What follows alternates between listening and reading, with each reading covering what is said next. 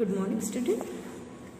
तो हम अपना पार्ट जो लेसन देख रहे थे पूर्ण विश्राम, उसका अभी जो बाकी का पार्ट है वो आज हम इस वीडियो में कंप्लीट करते हैं। ठीक है, तो हमने देखा था कि श्रीमान जी श्रीमती को याद दिला रहे थे और श्रीमती जी श्रीमान को याद दिला रही थी।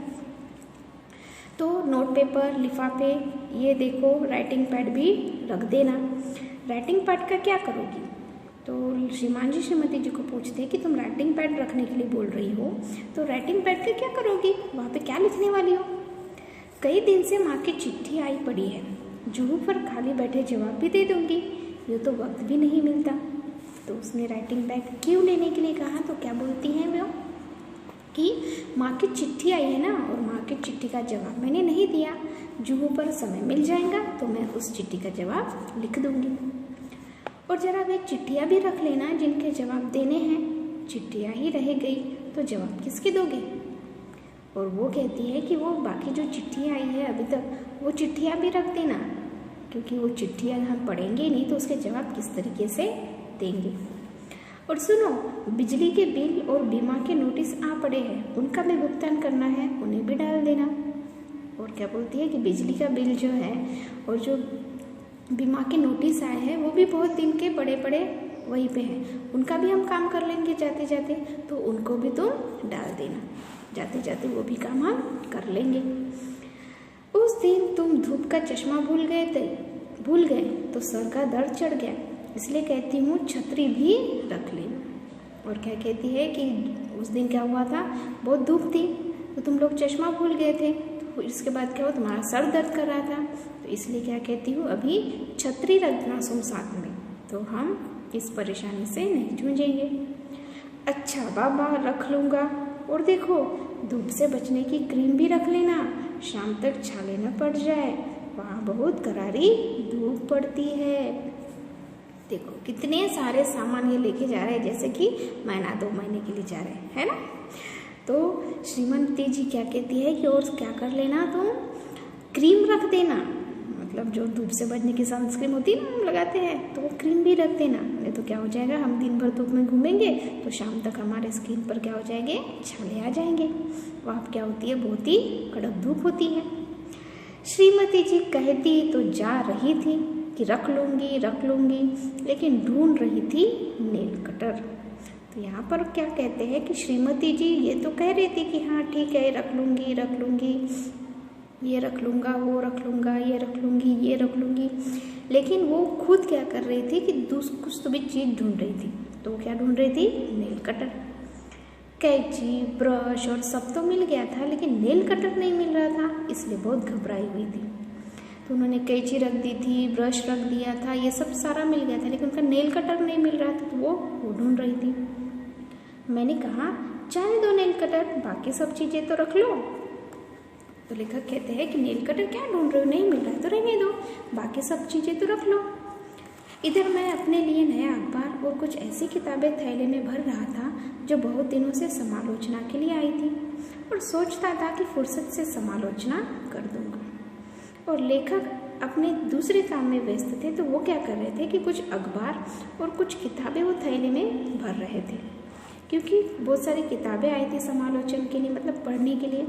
तो वो सोच रहे थे कि चलो समालोचन करना है तो अभी जूहू पर जाएंगे तो फुर्सत से टाइम मिलेगा तो इनका समालोचन कर दूंगा। आखिर 3 किताबें थैले में झोंक ली मतलब रख दी। कई दिनों से कविता करने की भी धुन सवार हुई थी, उनकी कई कतरनें इधर उधर बिखरी पड़ी थी, उन्हें भी जमा किया। सोचा काव्य प्रेरणा के लिए जूहू से अच्छी जगह और कौन सी मिलेगी। तो देखो, इन्होंने ये भी सोच लिया कि समालोचन भी करेंगे किताब का, और ये भी किया कि चलो बहुत दिन से क्या हो रहा है कि कविता बनाने का मूड बन रहा है, तो क्या करते हैं, कविता की जो कुछ इधर उधर बिखरी पड़ी हुई जो कुछ नोट्स हैं वो भी रख लेता हूँ, चाहे वहाँ पे अगर जुहू पर अच्छा मूड बना तो मैं अच्छी कविता वहीं पे कर लूँगा, और जुहू का तो अच्छा परिसर है, वहाँ पर मूड बनेगा ही बनेगा। आखिर कई अटैची, कई थैले, कई झोले भरकर हम जूहू पहुँचे।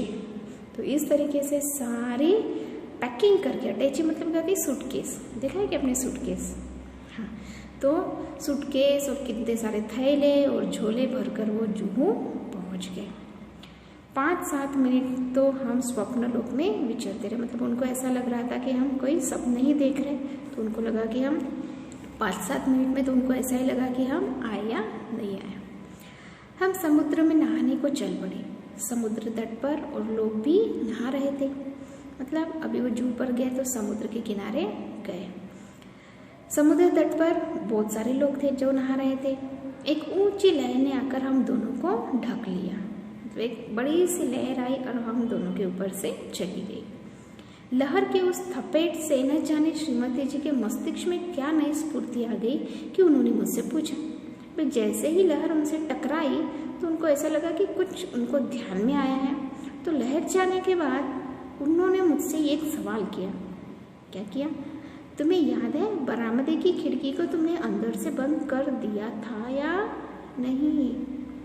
तो उनको एक बात याद रह गई कि खिड़की जो थी, तो बरामदे मतलब बरामदा बोलते ना हम, तो जो खिड़की थी वो हमने लॉक नहीं की। तो बोलते कि तुमने अंदर से बंद तो की थी कि नहीं? मैं कहाँ उठा, मुझे तो कुछ याद ही नहीं पड़ता। और लेखक ने भी ये कह दिया कि उस सवाल पर कि पता नहीं मैंने लगाया कि नहीं लगाया, कुछ याद नहीं आ रहा है। अगर वह बंद नहीं हुई और खुली ही रह गई तो क्या होगा? कहते कहते श्रीमती जी के चेहरे का रंग पीला पड़ गया। अभी जब से लेखक ने कहा कि मुझे याद नहीं आ रहा है, तो ऐसे सुनने के बाद उनका चेहरे का रंग क्या हो गया? पीला पड़ गया, क्योंकि वो देख रही थी कि अगर ऐसा हुआ तो बहुत बड़ी बात होगी।